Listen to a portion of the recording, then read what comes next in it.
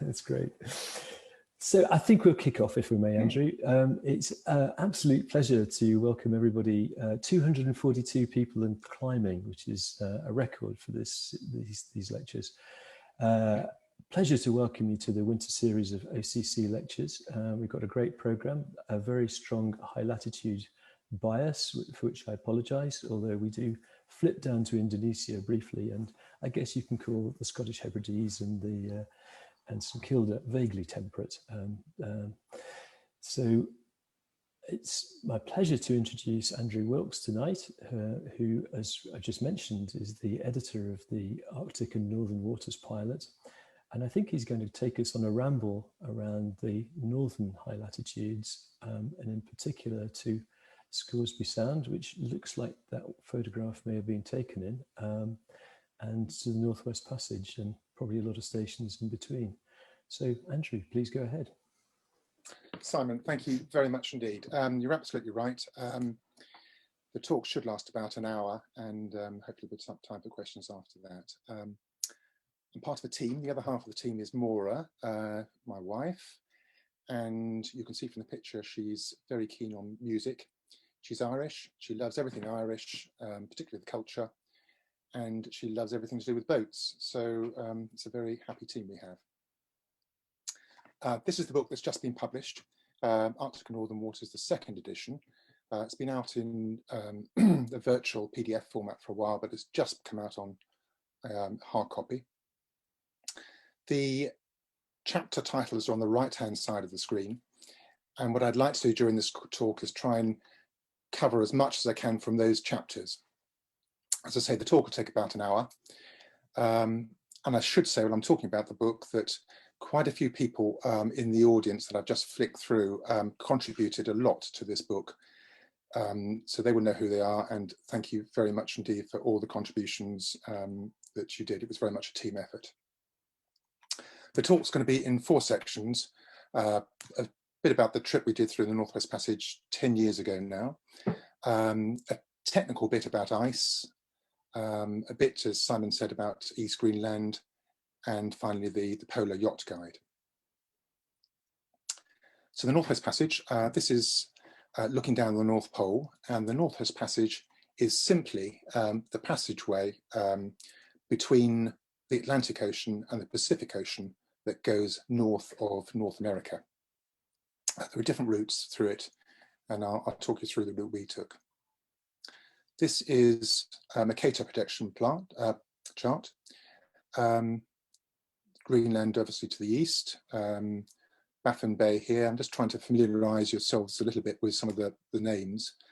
Pond Inlet, Lancaster Sound in the centre, and the route we went was down through Peel Sound here. I won't go into too much detail on that. This is the boat we went in, built by a friend of ours called Dick Couture, built in 1996. She's steel. She's a gaff yawl, 44 foot on deck, 52 overall with bowsprit, and she displaces 19 tons. We sailed there with Shabale. Shabale's in Iceland at the moment, and she was with us for all of this trip.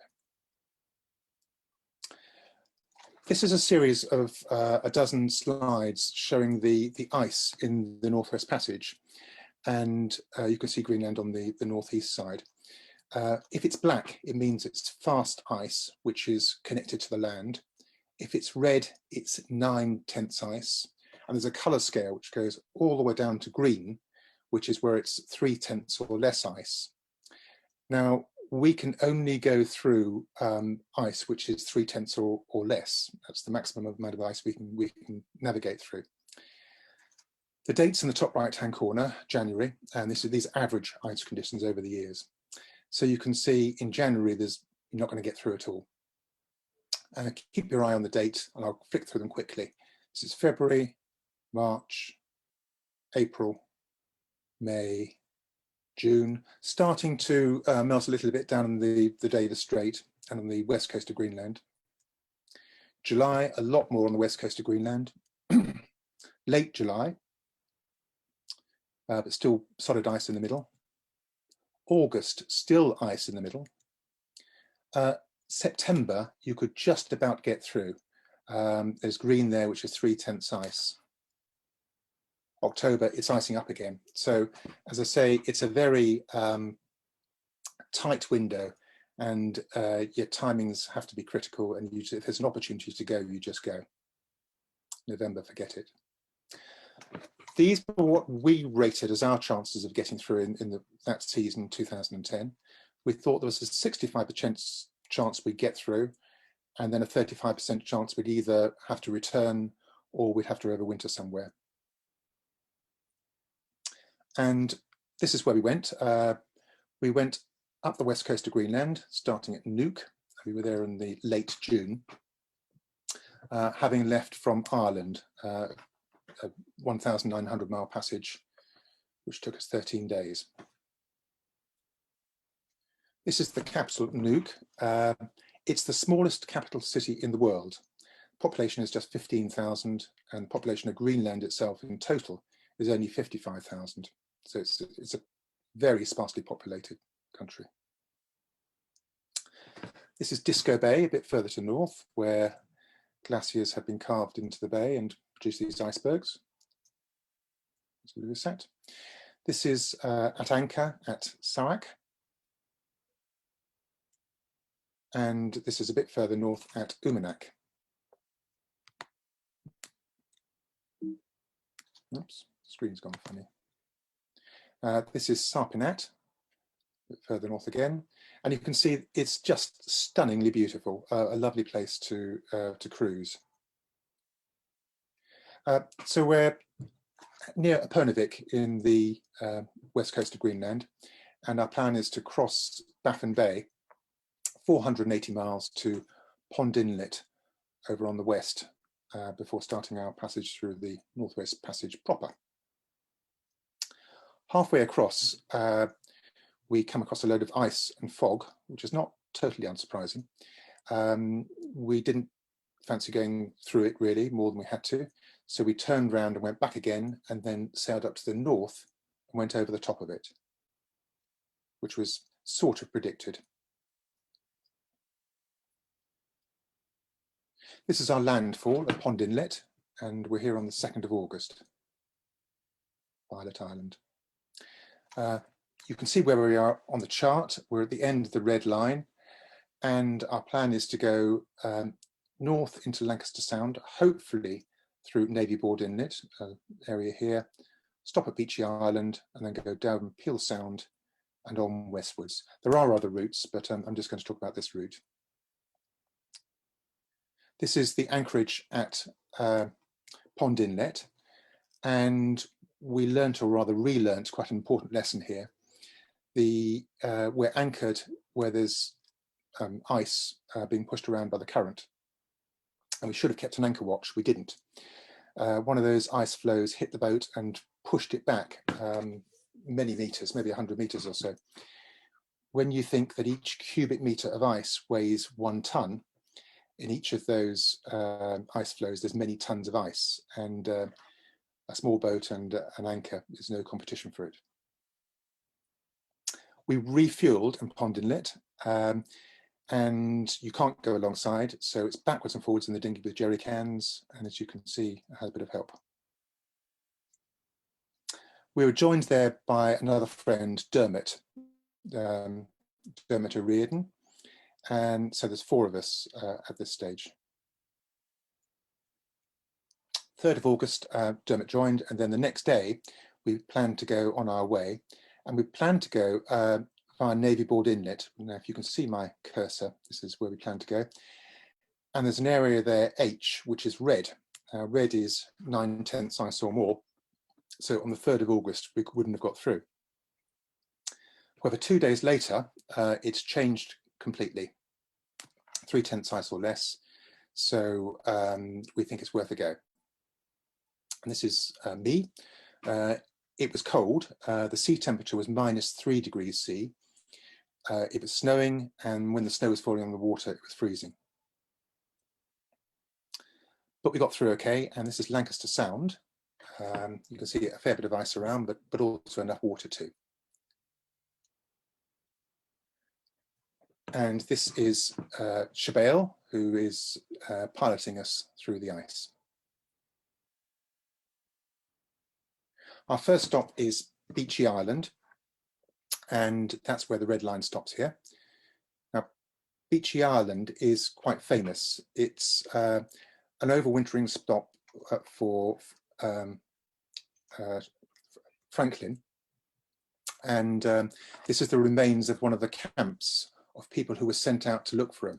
So there's quite a lot of historical interest in Beechey Island. And these are there too. These are Mark I tin cans. You can see they're soldered with lead, and just as they were left many years ago. There's also a couple of graves ashore from Franklin's expedition. This one is John Torrington. The body was exhumed back in 1984. And the next slide is a picture of the exhumed body. So if you're a bit squeamish, don't look at it. That's the body. The picture's taken from a book called Frozen in Time. And you can see it's very well preserved, remarkably well preserved. You can look again now if you're squeamish. This is an ice chart dated the 13th of August, and we're in Beechey Island, and we're planning to go into Peel Sound here. And you can see it's yellow, which means it's not green and we're not likely to get through. So the 13th of August is impassable for us. 2 days later, the 15th of August, the yellow area has decreased a lot and we think we might have a go at it. So we left that day on the 15th. Still a lot of ice in Beechey Island, as you can see. But even more ice as we go on. This is just off Griffiths Island. In fact, there's so much ice that we do get stuck and we can't go any further. Shabelle goes for a walk on the ice floe. Dermot tries to push us off. You can see the water in the background, so there is clear water there. Just need to get to it. And eventually we do extradite ourselves and we have to go back to Beechey Island because there's nowhere else to go really. This is Beechey Island. We spent some time, and more importantly, really diesel, trying to get out of there. So we're back where we started. It's nighttime, as much as you can say it's nighttime. And just as we were about to go to bed, Dermot goes down below to the heads to clean his teeth. And when he's cleaning his teeth, he looks out of the porthole, and this is what he sees swimming around us. So we all rush and get our cameras and firearms and what have you to protect us. Fortunately, we didn't need the firearms. This is another ice chart dated the 18th of August. Yeah, the 18th of August. And you can see the area we're concerned about. There is less ice, and with luck, we might just get through that narrow bit there. And we go out into Lancaster Sound again, and there is less ice than there was before. And in fact, we get through. No problems at all.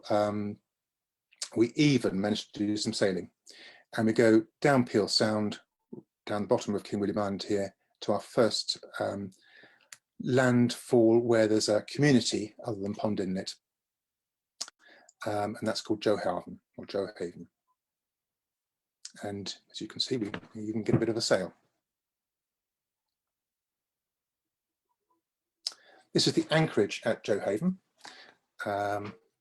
Johaven's named after Amundsen's vessel, the Joa. It was the first vessel to transit the Northwest Passage, Norwegian. And this is what it's like ashore. It's a fairly typical Arctic settlement. There's a wooden sledge on the right-hand side in the foreground. In front of the church, there's a collection of quad bikes or ATVs. And around the corner somewhere, there will be some skidoos, which are just waiting to be used in the winter. We went to the church, and while we were there, we met the mayor. This is the mayor, who invited us to a party that evening in the community centre. And this is him doing a traditional drum dance. And we had party music. and party food. The food on the left-hand side is raw Arctic char. And again, if you're a bit squeamish, close your eyes for the next one. This is raw caribou intestines, which again is apparently Inuit party food. I wasn't brave enough to try it, but Chabelle did. Not for me. I did try the cake, and jolly nice it was too. And Maura joined in to play a couple of tunes. Irish. This is what it's like ashore in Cambridge Bay, the next settlement, 240 miles on.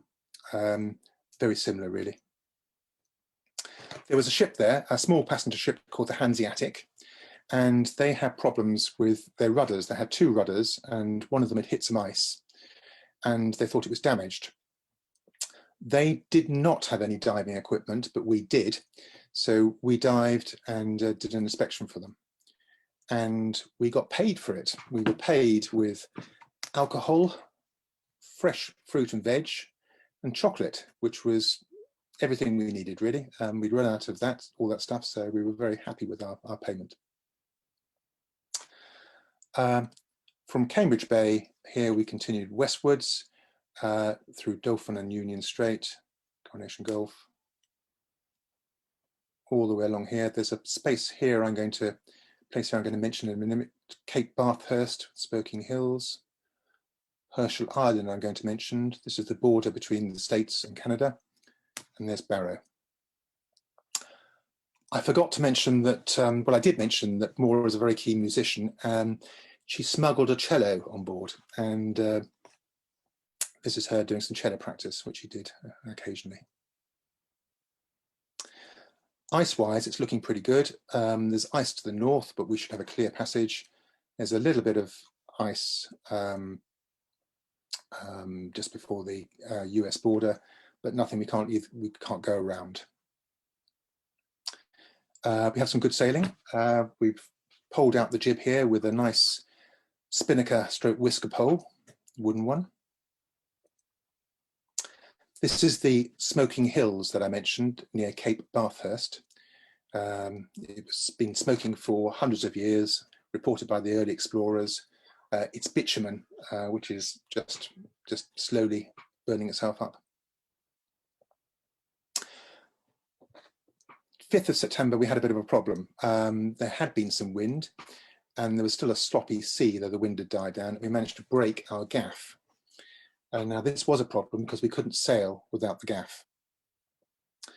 So we made for Herschel Island, which is an old whaling station, and we chipped away at the old gaff, got rid of that, and that spinnaker pole, whisker pole I pointed out, we converted that into a new gaff, and that did us very nicely to continue on our way.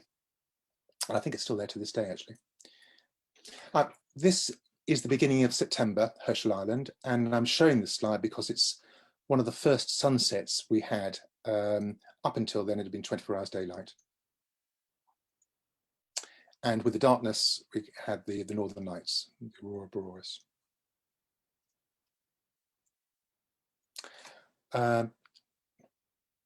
Sailing westwards, we stopped very briefly at Barrow. We didn't anchor, we didn't even take the sails down. Dermot had to get back to work, and I rowed him ashore in the dinghy. He got off on the beach with his bags and disappeared into an airport somewhere. I rowed back to the boat, which Maura was sailing around in circles, and we continued on our way. It was calm then, but bad weather was predicted fairly soon, and it did blow up quite a bit. So we really couldn't linger.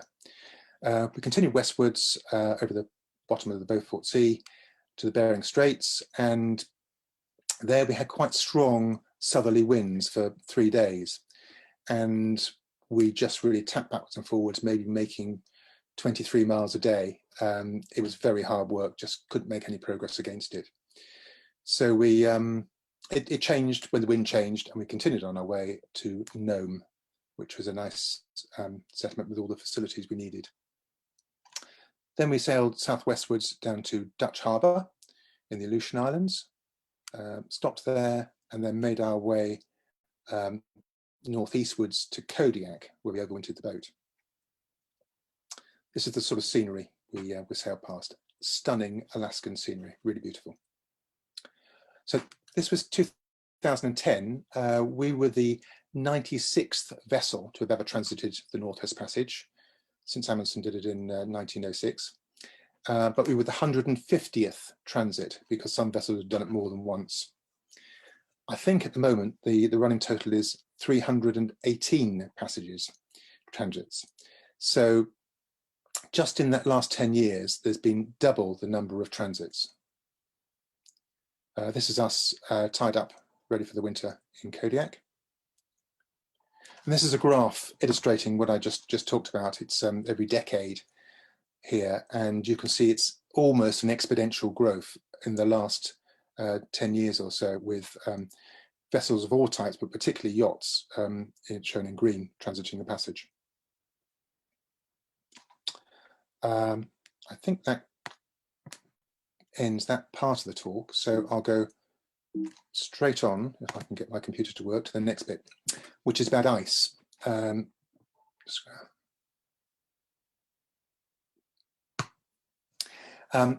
This bit's going to last for about 15 minutes. I'm going to talk about how ice is formed, how it dies, how it's categorized and reported upon, and a little bit about navigating in the ice.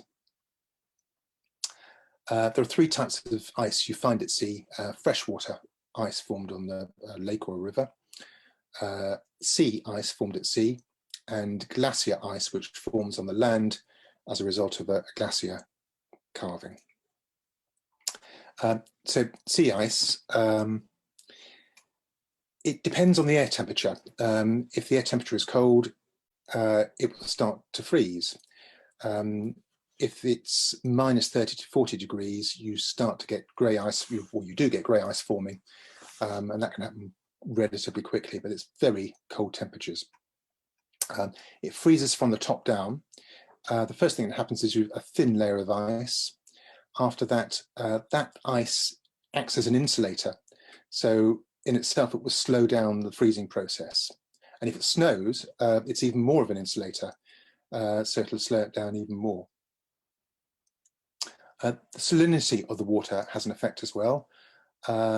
Seawater, depending on the salinity, won't freeze until it's about -2 degrees. There's also a bit of a convection loop going on. Water next to the ice is cold and dense, so it sinks, and that's replaced with warm water coming in near the surface, again slowing down the process. But it will start to freeze eventually, excuse me, and ice crystals form, and they're called frazzle, with varying degrees of brine or salt in it.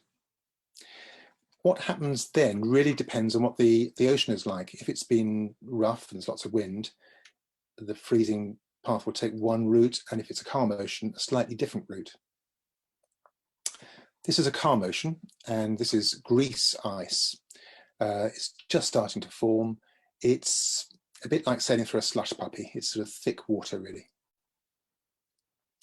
Next stage on this smooth sea, the ice sheets form. You can see them here. This is called nihilus ice.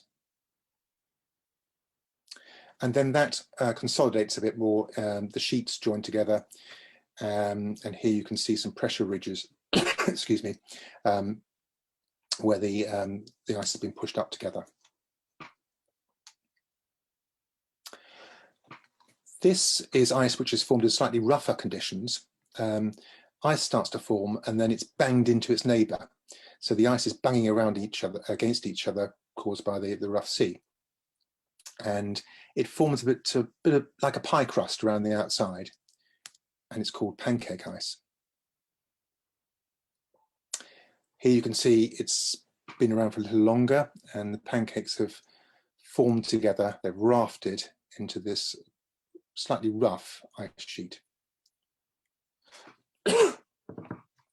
And this is a bit further on the process. It's cemented together and consolidated, and but you can still see it's quite rough.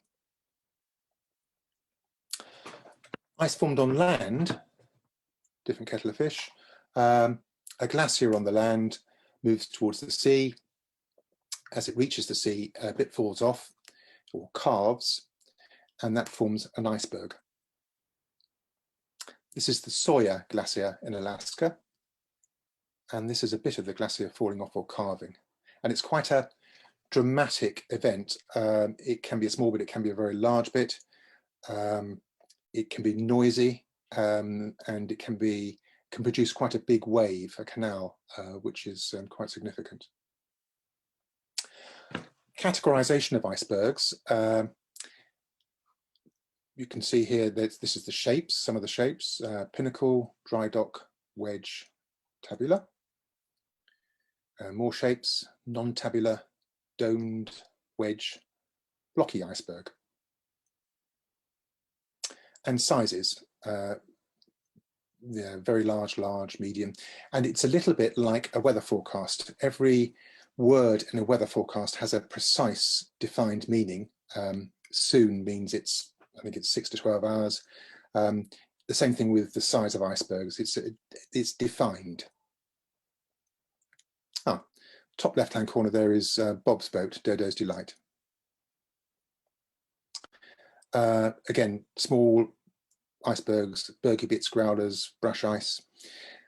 Bergy bits and growlers are small, but they can be quite dangerous. Remember, every cubic meter is a ton, and they're not easy to see, particularly if there's any fog. So keeping a good look out is pretty important.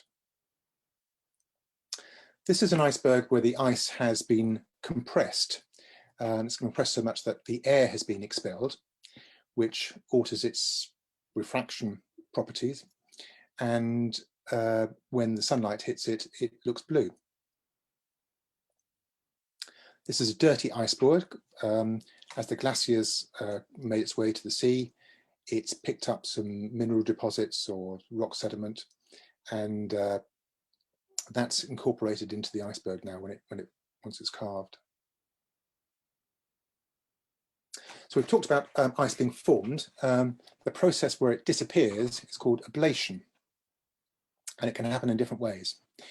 Here what's happening is this iceberg is melting in the warm sun, and when it's soft and melting like this, it's called rotten ice. This is an ice flow which is black on top, and it's black because, perhaps mineral deposits or pollution has landed on it. And the darkness absorbs the sun's energy much more than the white ice would. And as a result of that, it melts quicker. It's called the albedo effect. And you can see this picture here, the dark spots which are absorbing the sun's energy. Anyone from Ireland will recognise this boat, Shivra. It's Brian Black's boat. Very sadly, Brian died in an accident this year. He helped a lot with my book, and also contributed quite a bit of environmental knowledge to the Polar Yacht Guide, which I'm going to talk about later. But he's moored close to a small iceberg here, which is carved, just like a glacier does. And it's a bit's fallen off into the sea. And again, it can be quite dramatic. This iceberg has been around for a while. It has different water lines over the course of its life. Stability has altered, and it's moved around, and it's had different water lines. So you can see that here. This was a picture we took in an earlier trip, 2008, I think. Ice arches are relatively common. It's a very good idea not to go beneath them in the dinghy. We were thinking of doing that with this particular iceberg, and it collapsed just before we did. So it's to be treated with respect. This slide shows the ocean currents around the North Pole, and in particular, I'll just talk about the currents around Greenland. You can see they're setting southward on the east coast, and as they do so, they carry with it lots of ice. Glaciers have calved on the east coast, and the icebergs are moving southwards. They reach the bottom of Greenland, Cape Farewell, and they go up the west coast of Greenland.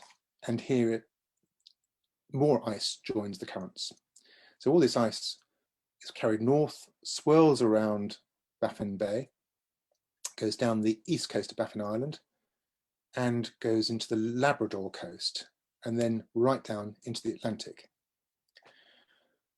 which is the journey which probably the most famous iceberg that ever was took back in 1912 when the Titanic hit it. Obviously pretty tragic for the 1,500 people who died. A couple of good things did come out of it. The first Safety of Life at Sea convention followed 2 years later, which improved safety conditions for seafarers tremendously.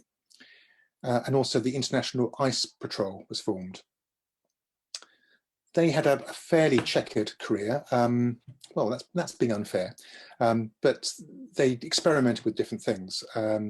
They wanted to identify hazards to shipping, ice. To mark icebergs, at one stage they dropped used motor oil on them to mark them. And then at another stage in the 1960s, they tried to blow them up with explosives. But these days they just content themselves with identifying where the ice is, and they use ship observations and satellites as well. And the ice is reported on something like this. This is an ice chart of the east coast of Greenland in 24th of July. And I mentioned the colours earlier, depicting the concentrations of ice.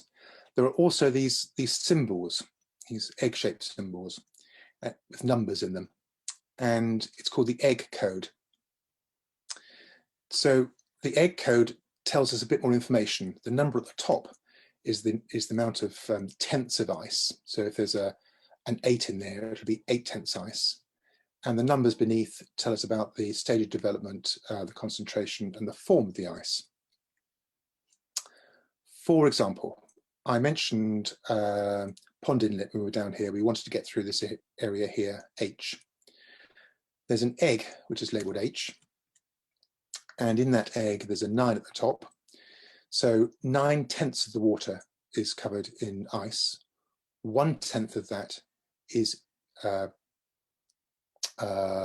we are, 30 to 70 centimeters thick, and it is of a medium flow size. 8 tenths of the surface is covered in 10 to 15 centimeter ice of big flow sizes. So it gives you quite a lot of information, pretty useful stuff. Now, navigating in ice, the vessel on the left-hand side is an icebreaker, Russian, called 50 Years of Victory. She is powered by 2 171 megawatt nuclear reactors, and she can break through ice which is 5 meters thick. Now, the vessel on the right-hand side of the screen is Bob Shepton's boat, Dodo's Delight, Wesley Discus, and I think I'm right in saying she has a 20 horsepower engine.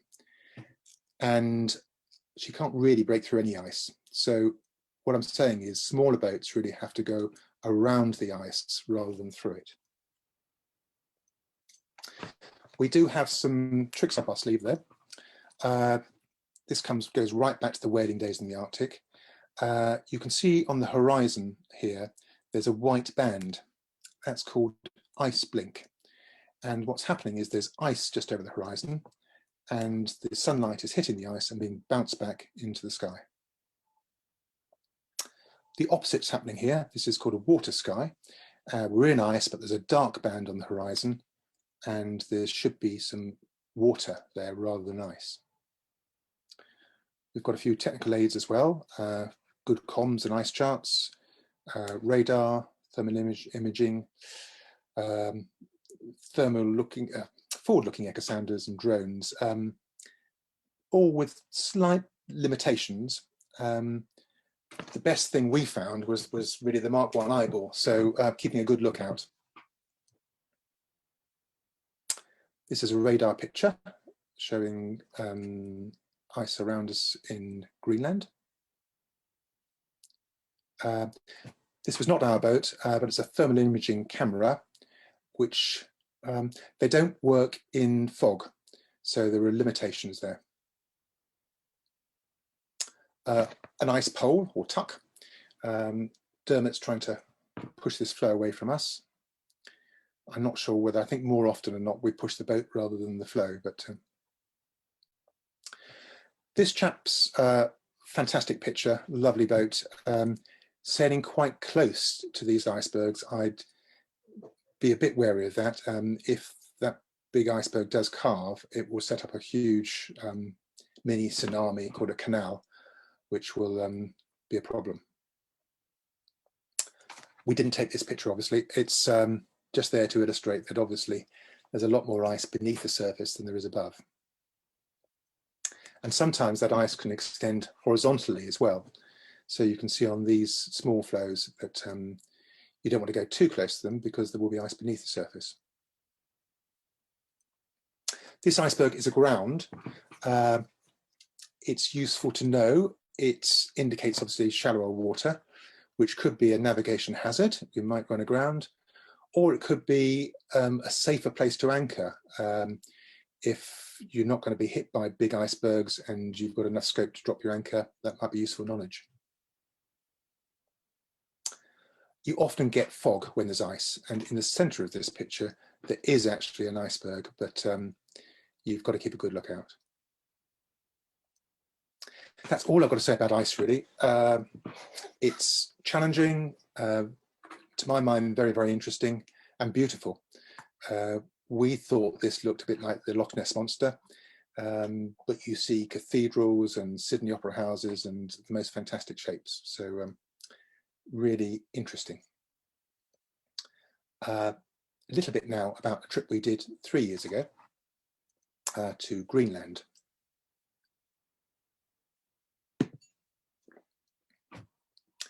We left from Ireland and we're on a different boat this time. This is Annabel J, and this is where I'm talking to you from at the moment. I'm in the saloon. Annabel J is 54 feet on deck, 67 overall. She's steel, a replica Bristol Channel pilot cutter, built in 1996. And we've done quite a lot of work to her. I'm showing you this slide just to so you can see what the hull is like beneath the water level. She's a long, straight, traditional keel. So she's great at crossing oceans and going in straight lines, but not particularly easy in manoeuvring in the marina or whatever. This is Maura, as you know. Whenever we pass the Mull of Kintyre in Scotland, we have a silly little tradition where she plays that tune. And normally when she does it, it's that kind of weather. It's normally pretty dreich. We had a month in Scotland sailing and walking. We did quite a lot of walking, and it was a really great month, a lovely place to be. This is from the top of the Coolin Ridge in Skye. And this is sailing through the Summer Isles. But we need to move on. 14th of June, oh sorry, the 13th of June, we left to go to Stornoway, from Stornoway to the Faroe Islands. 250 miles or so, took us a couple of days.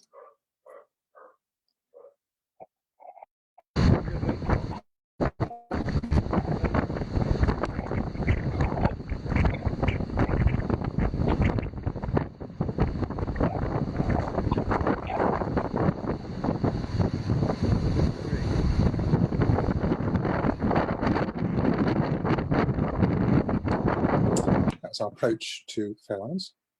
And this is our first port to call, Wilkes. Fairly typical Faroese setup. And this is what it's like ashore, very Scandinavian style. Population is about 50,000 people, so much the same as Greenland, really. Very strong tides in the Faroe Islands. You need to treat them with a great deal of respect. There's a local tidal atlas, of which this is an extract from. We called it the Big Red Scare Book. And we went to half a dozen or so different harbours and ports in the Faroe Islands.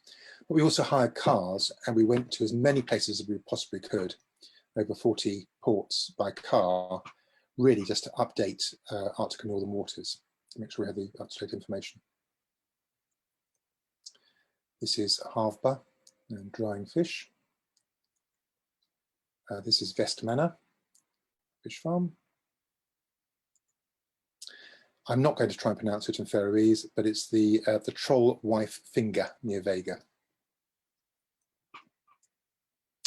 As I mentioned, very strong tides. I think you can just see, if you look at the horizon, you know, something's happening there with the tide, and it's pretty dramatic. We left on the 26th of June. Again, a great sail. We were spat out by the tide, and then we had a really good breeze, and took us 2 days to sail on to Iceland. This was our landfall port in Iceland, Djúpivogur. Now, Djúpivogur is in the east of the country. There's not much on the south coast of Iceland. There's not many harbours, and it's pretty inhospitable for boats. But again, we wanted to update Arctic and Northern Waters, so we went to as many places as we possibly could on the east, the north, and the west of the country. Iceland has a population of about 334,000, including Maura's niece, Shabelle, who you saw a picture of earlier, and her partner, Oscar. And apologies to you both for my pronunciation. I'm sure it's all terrible. This is Stúdvarfjörður. I told you it was bad, but it's very beautiful. Fairly typical port. This is Stúdvarfjörður. It's typical in that there is a small marina where smaller boats can go, and we couldn't manage there, so we went alongside the fishing quay. Very nice, friendly harbour masters, and we were made very welcome. You rarely have to pay, sometimes you do, but not very often. Very easy to catch fish. We're pretty rubbish at fishing, but even we could catch fish there, and we did so every other day, partly because we love fish and partly because it's so expensive to eat and live ashore. So we had fish every other day. Every town or village has a thermally heated pool, which is a great place to exercise and to socialize. This is in Húsavík in the north. Tons of whales wherever you go, all kinds of types and sizes. This is Hornvík in the northwest. Absolutely beautiful. So we're in northwest Iceland, and we want to go up to Greenland. It's about 260 miles away. And it really depends on two things. One is the ice conditions up in Greenland, and the other is the weather. This is a Google Earth picture showing our destination, which is Scoresby. You can, and I'd like, if you can, to try and memorize the shape of it. It's one of the largest fjord systems in the world. The mouth here is about 50 kilometers across. There's a distinctive inlet here, Hurry Inlet, and over in a little bit is a big island called Milne Land.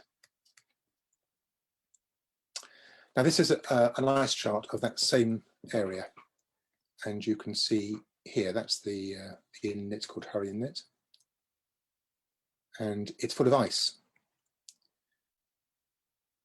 So here we are on the 24th of July, looking at satellite pictures, thinking, there's quite a bit of ice there. Hope we'll be able to get in. That's the 24th of July.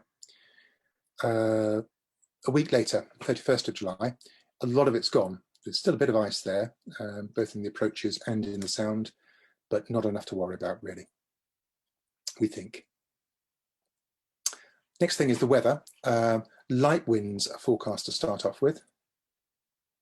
And then a week later, quite strong southerly winds.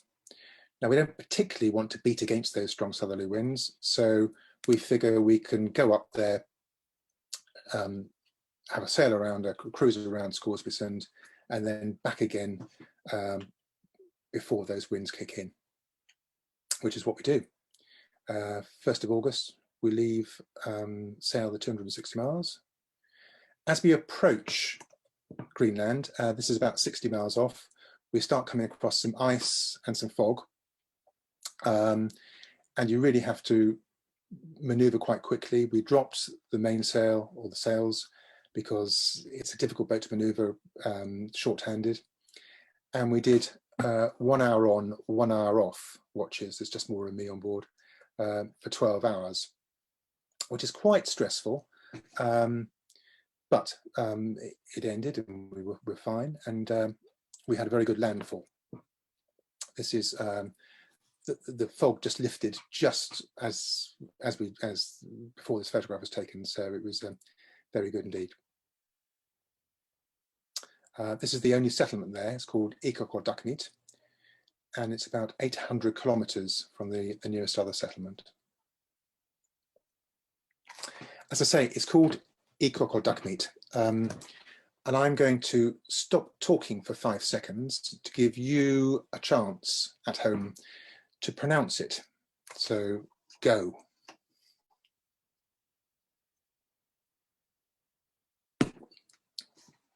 Amazing.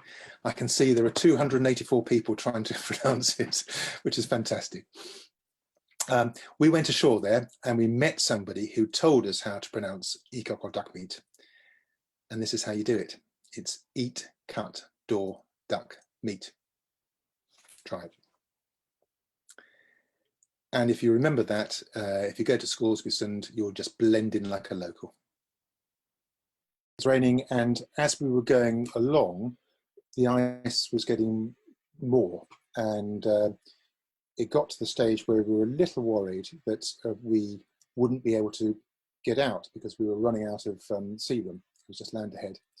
And there was this gap, this short lead into clear water on the other side.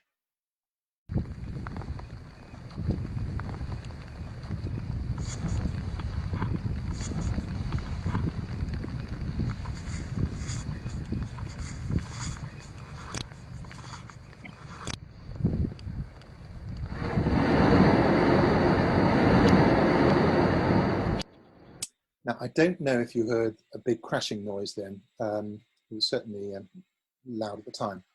But that lead had closed up, and we hit the side. And you can see here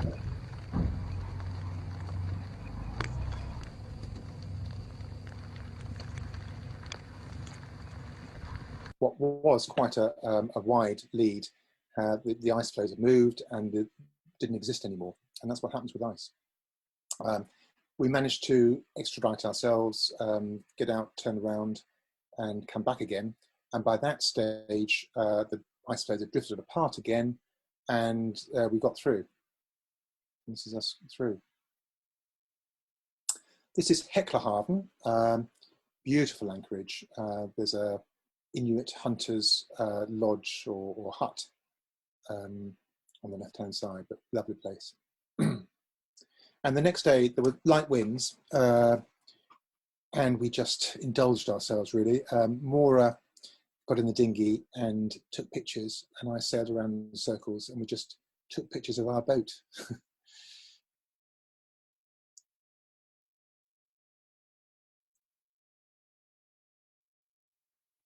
I think everybody does it. This is Viking Bucht. Bit of ice to get there, but when we were there, had quite a snug anchorage. And we did what everybody does. Anybody that sails anywhere near ice gets in the dinghy, goes to an ice floe, chips a bit of ice off, and puts it in their drinks. And it's quite fun because it's 1,000-year-old water, and it fizzes a bit as you put it in your drinks. And these are our drinks. You can see the ice, the Irish whiskey, and the two very beautiful glasses in the foreground, which are a present from Maura's brother-in-law, who's a master craftsman, cuts crystal, and he engraved these glasses with the boat and the name. So thank you, Eamon. Very much used and prized possessions. There's a crystal and a ringer. Plenty of ice around, arches, some big bergs. When we got back to Ikak or Duckmeat, we were not alone. This is a supply vessel that was there. It comes once or twice a year. And the shop was now fairly empty shelves before. This time it was groaning with sweets and crisps and fizzy drinks, and all the kids were happy again and eating all this stuff that's bad for you. There's a meteorological station in Scoresby run by the Danes, and they were very friendly and showed us their operations. These balloons, these meteorological balloons, are launched twice a day. And it will be gone, so if you're not fast with the camera, you have to come back tomorrow. Okay. Whoa, quick. We didn't have much time, as I said earlier. So.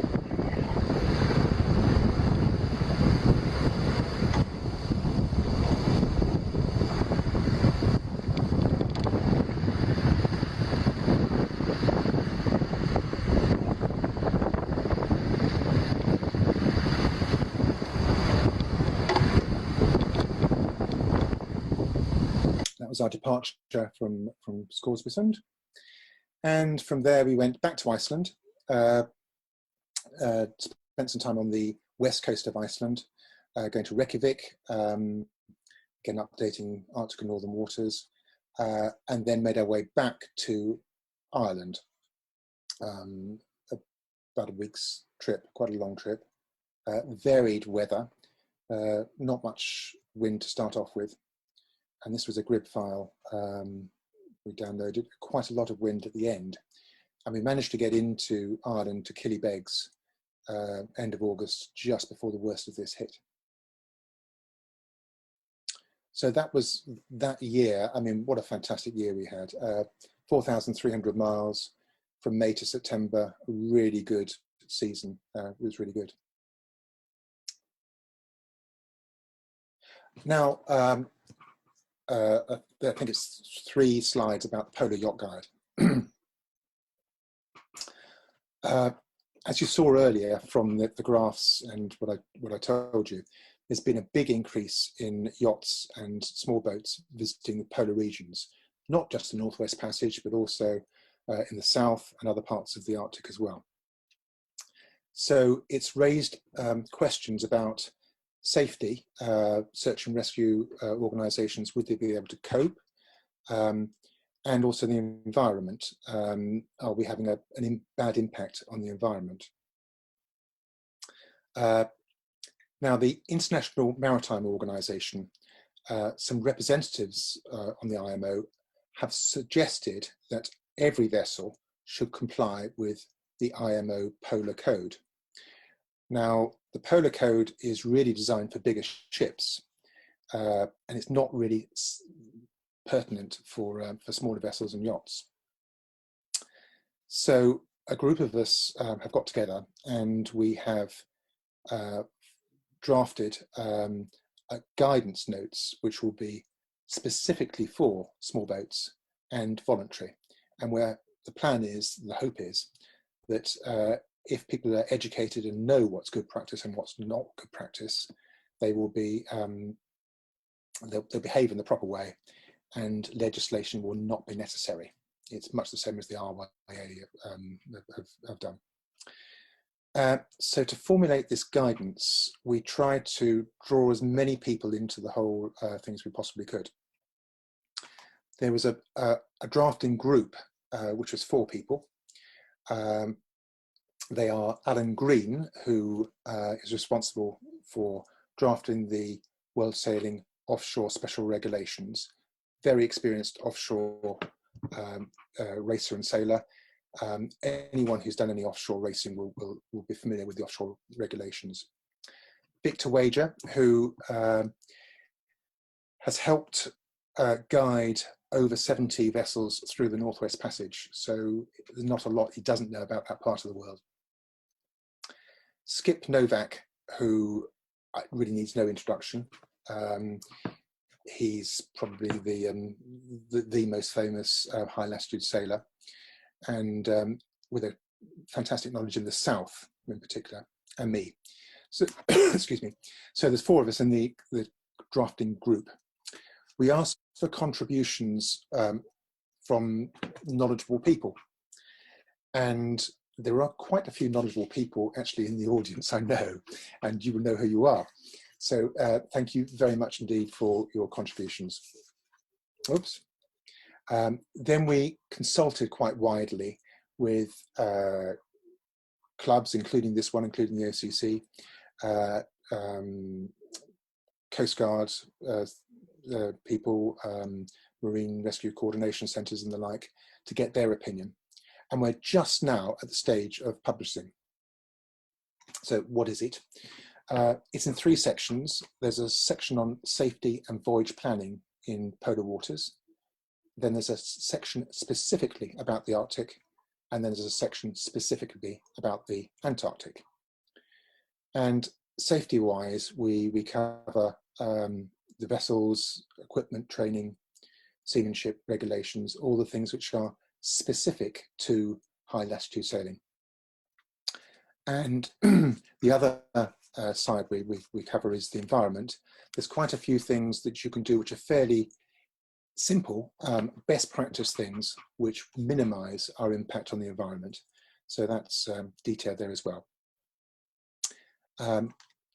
There's a list of useful websites. So if you are interested in high latitude sailing, you should get this and look at the list. It could be useful. And it's free of charge. It's being published on the Royal Cruising Club Pilotage Foundation website and also the World Sailing websites.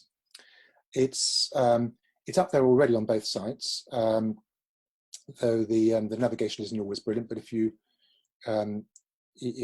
persevere, you will find it probably slightly easier on the Cruising Club website at the moment. There's going to be a press release next week, and you'll be able to navigate to it then. In the meantime, if anyone can't wait till next week, then please do let me know.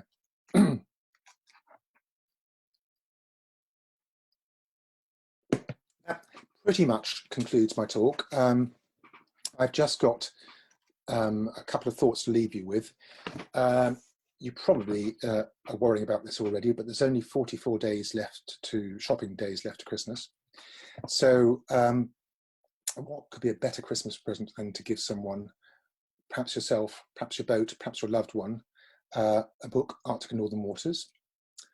Alternatively, you might like to give them a lovely piece of crystal. If you Google Crystal Ring Ireland, you'll come across the Crystal and a Ringer website. Again, a lovely present to have for Christmas. Finally, if you don't want to spend any money, there's another couple of options. You might like to give your loved one the Northwest Passage Perebus, produced by Victor, which can be downloaded if you Google Royal Cruising Club Pilotage Foundation Arctic and Northern Waters. And I think that covers, oh yes, the Polar Yacht Guide, the final one, which is also free as well. If you Google Polar Yacht Guide, Royal Cruising, RCC Pilotage Foundation or World Cruising, you'll find it there as well. So that, I think, exhausts everything I've got to say. And I've got to just work out if I can get this back to Simon. Andrew, I hope you can hear me. I had an IT crash halfway through, but fortunately it hasn't affected everybody else, I hope. But fantastic. Thank you very, very much indeed. Particularly impressed by the story of you helping out a cruise liner. Every other occasion it's cruise liners helping out cruisers, but fantastic story. I'm going to just, oh, my screen has changed dramatically in a moment. I'm going to just put a little poll out because we've got 270 odd people online, and I'm going to try and ask a few questions of them whilst people put their hands up in order to ask some questions of you, and I'll bring them in I'm working on Sally's computer. We have to switch computers halfway through. So the first one is a little poll asking where you're dialing in from tonight, just for our interest. So that should hopefully be on people's screens now. I think it only shows up on participant screens, not necessarily on the analyst screens, but it's actually working rather well. It's populating as we speak. So still some numbers coming in. Great. So about 25% from Europe, about 50% from the UK, 13% from the US, and a few from Africa, Asia, Australia, and New Zealand. So all over the place. Great. I'm going to terminate that poll and look to see if anybody's got their hands up.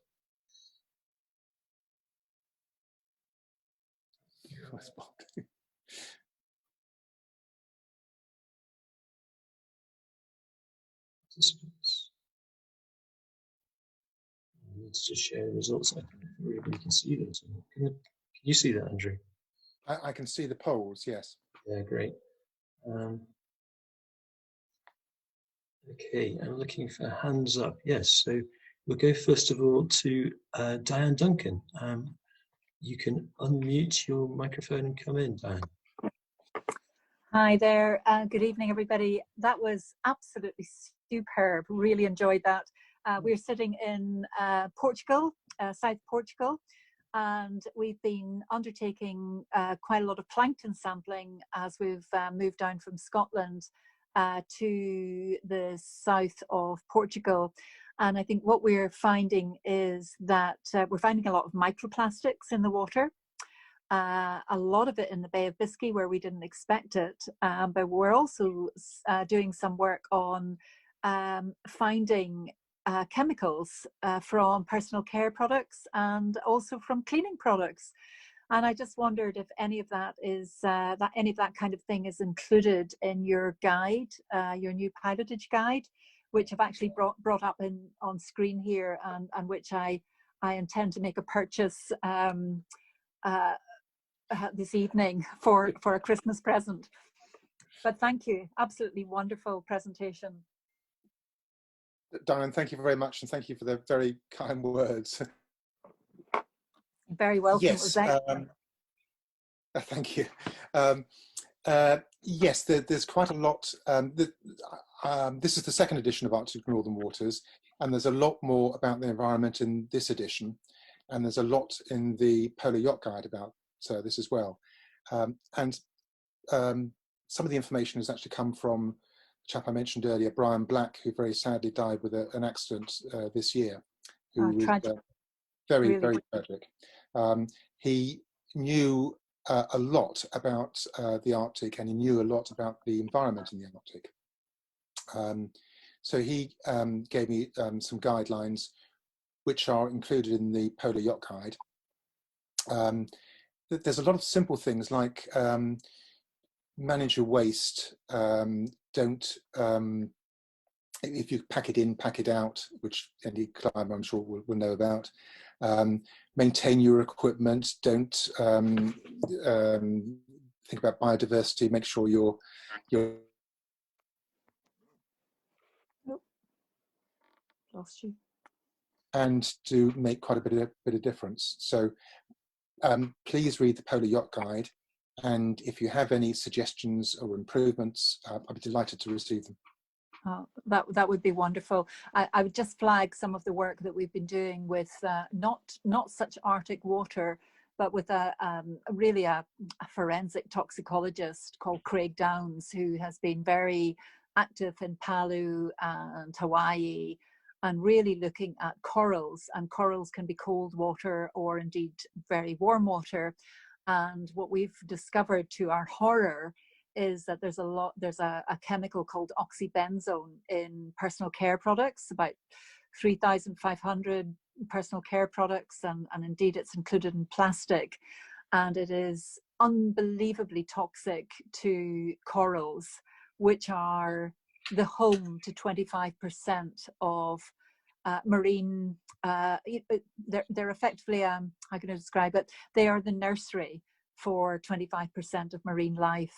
So I just would flag to people if they can be looking at, you know, you need to make sure that you're using, if you're out there in very strong polar sun, that you're using reef safe sunscreens, but also, you know, if you can avoid using some of these makeups and things with oxybenzone and things in it, we would love to see much more awareness of the kind of damage that these seemingly benign, you know, things that you just don't see the kind of damage that these things do.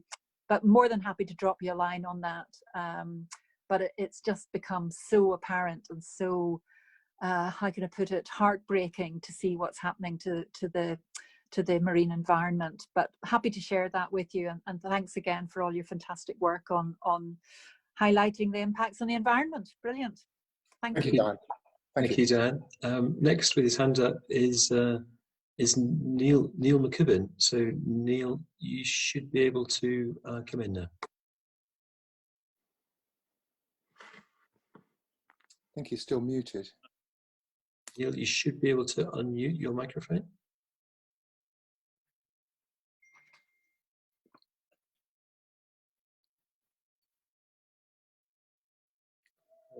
So can't get Neil in, so we'll go to Paul Burden. I think I'm okay now, is that? Yeah, loud and clear, Neil, go ahead. Yeah, well, thanks for an excellent presentation, first of all. Do you have any idea how much ice you experienced relative to Amundsen when he went through the passage and going further back to Franklin? I'm sure it's an awful lot less. I couldn't quantify it, but it's hugely less.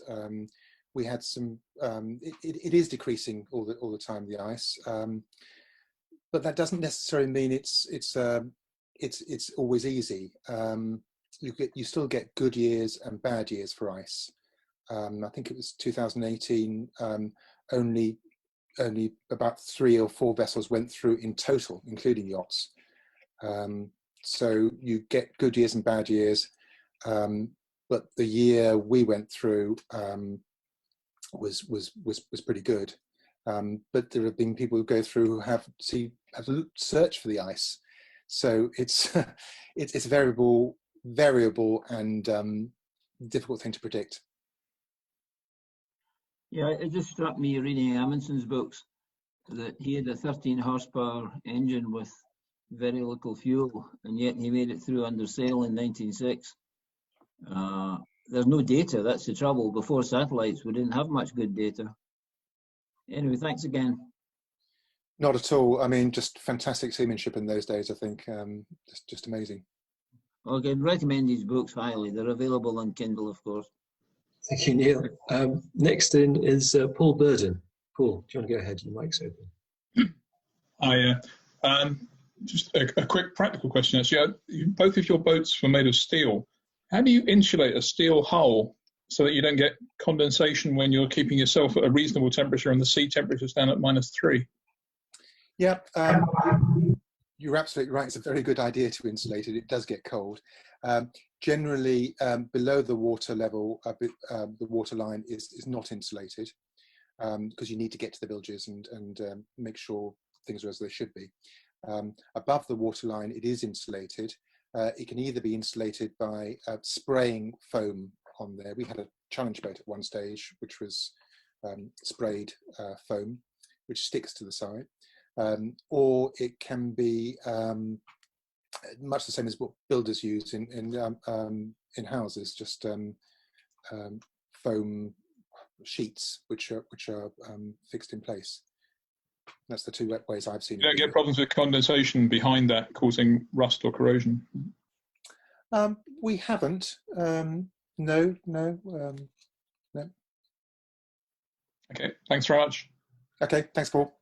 Thank you, Paul. Richard Nicholson, your microphone's open, ready to go. Andrew, thanks very much for a good presentation. I enjoyed doing the Northwest Passage in 2013 with Reverend Bob. I remember 2 salient facts. First of all, the colours were basically beige, grey or white. But what shocked me was the social issues within the Inuit settlements. Would you like to comment? Yes, I would. Well, I'm sure you had a great trip, so congratulations on that. I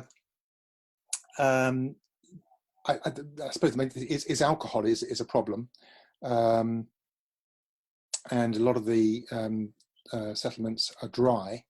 I think I'm right in saying that the Inuit metabolism is not as capable of coping with alcohol as most people from more southern latitudes are. So there is often an alcohol problem, which is addressed to varying degrees of success, and they're very. I think if they were left alone, and they quite happily go hunting, it's all sustainable hunting. Probably it would be a better world for them. But like it or not, they're part of the wider world and have to cope with it. There are good supermarkets now in most of the settlements, stocked to varying degrees of quality food. The American ones are not great, to my mind. I'm not a great fan of American food. But there are social problems there, as there are in many poorer parts of the world. Thank you. Thank you, Richard. Would you agree with that, Richard? Yeah, absolutely. What struck me was any non-local Inuit, so normally North American people, were either in the healthcare or social care professionals. I was staggered. Basically, everybody I met, a number of places, were in the social and healthcare industry. Yeah. Or working for local government. Correct. Yeah. Yeah. There's not a lot there. I mean, in Greenland, there's fish is a big industry, so there's a lot of fishing there. Yeah, I wasn't really referring to the Greenland side because I felt the Danish and the Greenlandic have a slightly more socially secure and sustainable grasp on the situation. Yes. Yep. Thank you, Richard. Well observed. I agree. Thanks, Richard. Judith Jacobson, your microphone's open and ready to go. Yes, hi. I just wanted to say thank you for a great talk. It was so nice to be drawn away from COVID and think about sailing again. And it's a beautiful boat. Thank you very much. Judith, thank you. Thank you very much. That's very, very kind. Thank you. Next we've got Bill Dunlap. Yes, I was, I don't know whether I missed it or not, but the winter you spent in Kodiak, where did you go and when did you leave from Kodiak? Hi, Bill. We arrived there, I think it was the beginning of October. And at that time, it sounds like you're from Northern America. The Kodiak has, there's two sort of harbours there. One which is nearer the town and is, I think you saw from the picture, like a big marina, but they're not yachts in the marina, they're big fishing boats. And we were lucky to get on that side. We were also lucky to meet some people there, one of whom kept an eye on the boat for us while we were away. And that was quite a nice warm feeling, because what can happen is that it can snow, it can affect, if it's a lot of snow, it can affect the stability of the boat, which is not good. So though we kept her afloat, we were pleased that she was being looked after. And we had a great time in Kodiak, fantastic place. We met an Irishman there who was a very successful fisherman. And he took me out fishing and went out in his trawler. I've never worked so hard, shoveling fish back, a lot of bycatch back into the ocean. But Paddy O'Donnell was his name, and had a great few days fishing with him, being a trawlerman. But then did you leave Kodiak? Did you go back through the Northwest Passage or Sorry, go Bill. No, across the yeah, we left her there for the winter, and then we came back again in the spring, and we sailed down the west coast all the way to Napa Valley, and we overwintered the boat there in the warm, having had a fantastic cruise through Alaska, which is a beautiful place. So you did the inside passage then We did. across the Gulf of Alaska there to Yeah. So, well, you would have done that, what, in like May, I suppose? Yeah, we probably started in May, yeah. No, I fished up there for 45 years, you know, as a commercial fisherman, but I also taught school in an Eskimo village on the lower Yukon called Luckenock, and I was surprised that, you know, Barrow has quite a reputation and Nome has quite a reputation, and I was surprised that you didn't, I didn't expect you to go up to Luckenock, you know, from Pilot Point up the Yukon River, but I was surprised you just let one of your crew members off in Barrow. And I don't, you know, I've never looked or Google Earth or anything, but they have a unique culture up there. Alcoholism is a particular problem, and I had teacher friends, you know, that taught there, but I was surprised you didn't stop there and know. You always, was it just because the season was getting so late? I know the days are really short. You know, I always fished up there until September, and the weather definitely deteriorated, and the daylight went away really quick. Yeah, no, Barrow there's not much there at all, and it really was just a sort of drop Dermot off. He's a surgeon and had to get back to work, and you know, it was just a sort of a quick midnight flit, really. We did clear it with the American Customs beforehand. We spent a fortune on iridium calls. When we got to Nome, we did spend some time in Nome, which was great fun, real Wild West town. And then we went to Dutch Harbour, and which is also really Wild West as well. So great places, love them all. No, I couldn't believe the scenery when I crabbed there one year out of Dutch, and it was the gun turrets and everything else. You know, I was really surprised. I think I'd read that was called The Longest War or something, a book a number of years before that, you know, about World War II and along the Aleutian chain. But so what did you think of that scenery in Dutch Harbor? Just amazing. Everything was wonderful.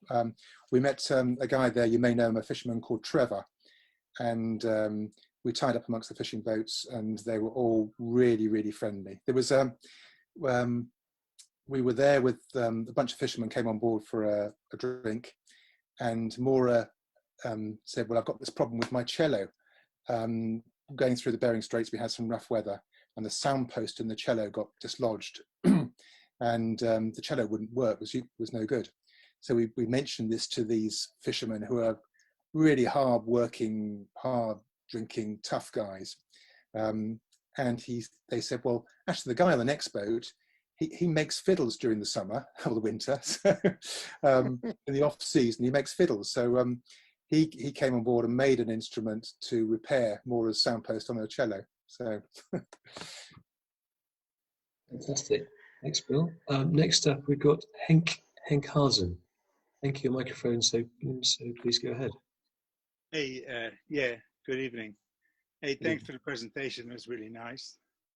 I was just interested in your opinion. We came through the Northwest Passage from the west to the east in 2017 on our yacht Tiama, and we were thinking of going back from the east to the west next summer, COVID permitting. But I'm also wondering what your opinion on the political situation. Are the Canadians going to stick with their political position now, or are they going to set up restrictions for yachts traveling through there or make it more difficult? Yeah, that's a very interesting question. Just for anyone who's not aware of it, I think what Henk is saying is that the Canadians believe it's their waterway, and they have control over it, and the rest of the world, and in particular the States, believes that it's open waterway and everyone should have a right to go through it. And this year has been a particularly interesting year because of COVID. And as far as I know, only one yacht has gone through this year, which is Peter Smith in his boat. And he was asked, I believe, by the Canadian authorities not to go through. But he said, I'm going through anyway, and I will not stop at any settlement. So I wasn't sure whether this would actually be a sort of test case for the legality of who has control over those waters. But I think he went through and he didn't stop at any settlement, and that's probably history now. But I don't know. There is an ongoing dispute. Watch this space. Yeah, I know Peter, and what Transport Canada said was they allowed vessels. What is the term? Right of innocent passage. That's it. Yeah. Yeah, and that's what he took, and that's why he went through. And they are now hassling him a little bit about, saying this and that, but it's unclear what they want to hassle him about. But yeah, it was interesting to see if you thought that was going to be, if you're going to foresee that they are going to say, oh, you have to have this. And I'm glad to see that you bring up that polar code and voluntarily. I think that's a great thing. Thank you. But yeah, if your opinion was, the Canadians might stop yachts from going through there, saying it's too much hassle for us. We have to resources and etc. Yeah. Yeah, I mean, there have been a few ill-advised trips that have gone through. I mean, there was a group of people on jet skis that tried to go through the Northwest Passage, and there's people that have just been totally unprepared, both safety but also environmentally, and it gives the rest of us a bad name. So it's a very tricky line to tread, and it would be a great shame if people without a lot of resources were stopped for going through. But equally, you don't want complete idiots either. So it's a very tricky line. Yeah, thank you. Yeah, I agree. When we went through, there was a trimaran. Oh no, catamaran. What was it? Not even a catamaran, a Hobie Cat, really, an extended Hobie Cat that went through there, and he did go through there, but not totally unassisted. But anyway, thank you for your opinion. I enjoyed your talk. Thank you very much. Thank you. Thank you, Hank. James Cox, your microphone's open. Go ahead. Yeah, it's Jamie Cox from Victoria, BC. We were planning on going through this year, but because of the Canadian regulations, we didn't attempt it. So I thought I might just comment on the person that just was asking that question. I don't think it's really an issue of sovereignty from the Canadian government. It was mostly to protect the First Nations. Certainly up and down the British Columbia coast, and certainly in the Arctic, the devastation from disease through colonialism was incredible on the First Nation population, and I think they felt it prudent to take that precaution. I think the other concern was from the Coast Guard and just being able to respond to an emergency if that was there. I did write a letter to the Ministry of Transport, the Minister of Transportation from Canada, just asking if there may be some clarification of the process well before the spring of next year. I haven't got anything back. As it stood, the regulation was that Canadian registered vessels could not go through, but foreign vessels could apply. Unfortunately, when they put the closure in place, it was virtually too late for any foreign vessels to apply, get approved, and then start out, because you need at least a couple of months to make an approach. So hopefully we'll get some clarification. I was proposing to the minister that we have a permitting process similar to what they had in vessels attempting to get into New Zealand, and we'll see what the response is. But partly my question was when you mentioned your percentage options of making a successful passage. I think you had 5 to 10% likelihood of getting iced in or having to overwinter, and I'm just wondering what your plan was for overwintering. Yeah, thank you, James. That's a good question. We did have a plan. We researched a little bit about some people, including, I'm looking at one of them, Bob, has overwintered in the Arctic, and we've tried to learn a little bit from the things they've done. We did have plenty of food on board, and not very sophisticated food. It was mainly tins from Lidl's, which I'm glad we didn't have to eat. And we also had some kind of rations, freeze-dried rations. We'd given some thought to things like sewage disposal and trying to get the engine working in nice conditions. We never actually practiced it. Probably we should have done. In the book Arctic and Northern Waters, there's a couple of excerpts there from people who have overwintered there. One is Bob, the other one is Trevor Robertson, and they both give some pretty good advice about some of the problems and the things you need to think about. Thank you. Thanks, James. Thank you, James. Anybody else want to put their hands up? We've come to the end of the hands up questions. I see there's lots of questions in the Q&A and the chat line, Andrew. I don't know how much more time you've got. I'm conscious that you're an hour ahead of us, aren't you? I'll just have a quick browse. So in the Q&A, a question, how do you deal with growlers in the dark? That comes from Tim Butler. Yeah, fortunately, a lot of the time it's not dark because you tend to be there in the Arctic summer, so that's helpful.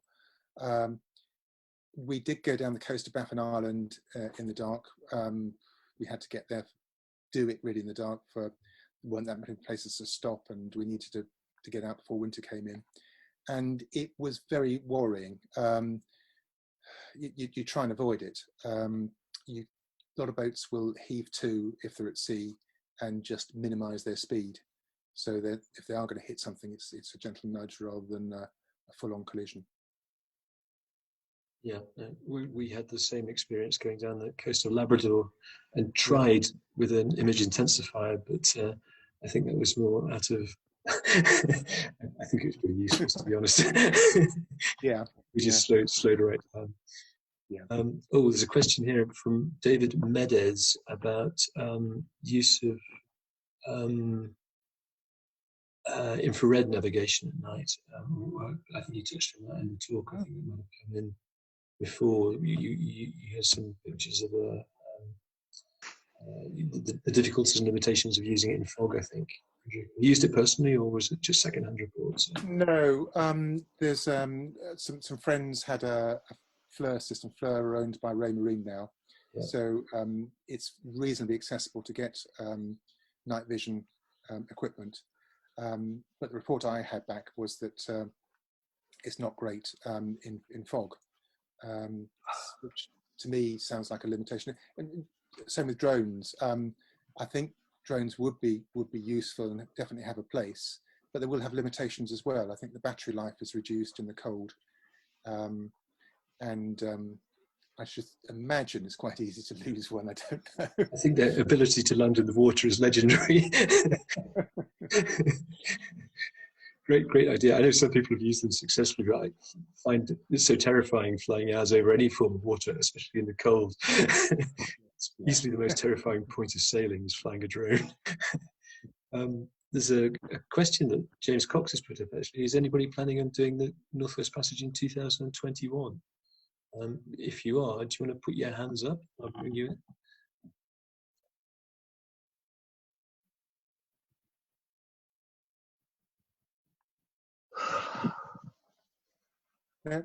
I have to say, one thing is that if anyone is planning to do a transit, and my door is always open. I'm very grateful to receive any pilotage information which anyone can give me, just to add to the store of knowledge for Arctic and Northern Waters. So I know I'm looking at pictures of Bob and Steve Brown now, and they both helped me tremendously. So anyone would like to add to their knowledge will be great. So, while we're waiting for hands up on that, Andrew, there's a question from Dan Hunt. Did you ever find yourself wishing for a lifting keel design on your trip? I want to imagine how to work on a Bristol Channel cutter, but yeah, a lot of people do use lifting keels. They do, and I've heard good things and bad things about them. I've heard that stones and things get stuck in them, and it's something mechanical which can go wrong. However, there have been times when I would have liked one.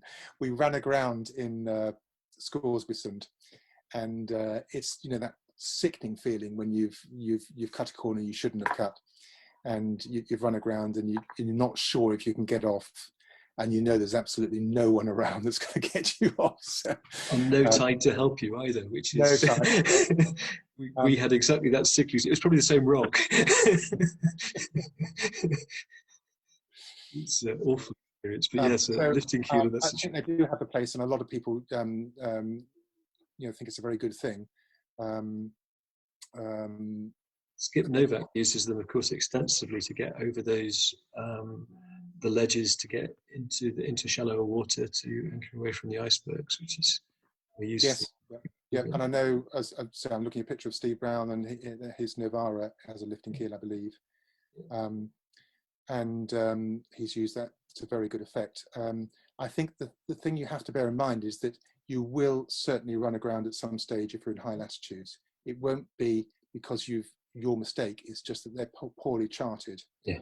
So you need a keel which can take a grounding, and a fin keel or on top of a fiberglass boat probably won't. So you have to be prepared to take the ground at some stage, and perhaps not when you're expecting it. Yeah. We've got a hands up from Eric Forsyth. Eric, your microphone is open. Please come in. Oh, hello. Thank you, Andrew. I went through the passage in 2009 in my yacht Fiona, 42 foot, West Sail 42. First off, it's got a long straight keel. And when we were anchored in Resolute, we went aground because the tide went out while we were trapped in the ice. So you're surrounded by ice and tilted over at the same time. You need a good keel. I should mention too that in Resolute and around that area, your compass and autopilot don't work. The North Pole is basically underneath you. Yeah. And I think that's probably my only remarks about the Northwest Passage. It was very enjoyable. When I was in Nome, the crew jumped ship, took a plane home, and I had to single hand to Dutch Harbour, which is something I don't recommend. But it is a wild time when you get there. When we were there, the fishermen were all making merry with the girls from Thailand. Yes, that were there. It was like the Wild West. Anyway, it was definitely worth making the trip. That was 2009, by the way. That was the year before we went, Eric. Yeah, so thank you for that. Yeah, I think I recognise the name of your boat. But,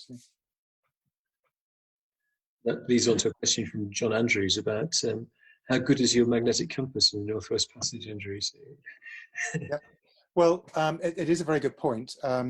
When we went through the Northwest Passage, we actually had a GPS compass, and which at the time is fairly bulky piece of equipment, a fairly expensive piece of equipment. I think there's a new GPS compass being launched by Furuno, which is much smaller and neater, and of course that gives you true north. A fluxgate compass is of course magnetic. Your only other options are really a gyro, which is, I think they've come down in size a bit, but they're still pretty significant. So the GPS compass, I think, is probably the way to go if you can afford it. And but otherwise, you use the plotting facilities on your chart plotter to work out where you're going. So the GPS and your plotter will tell you which way you're going. Andrew, you've been talking for an hour and 50 minutes nearly.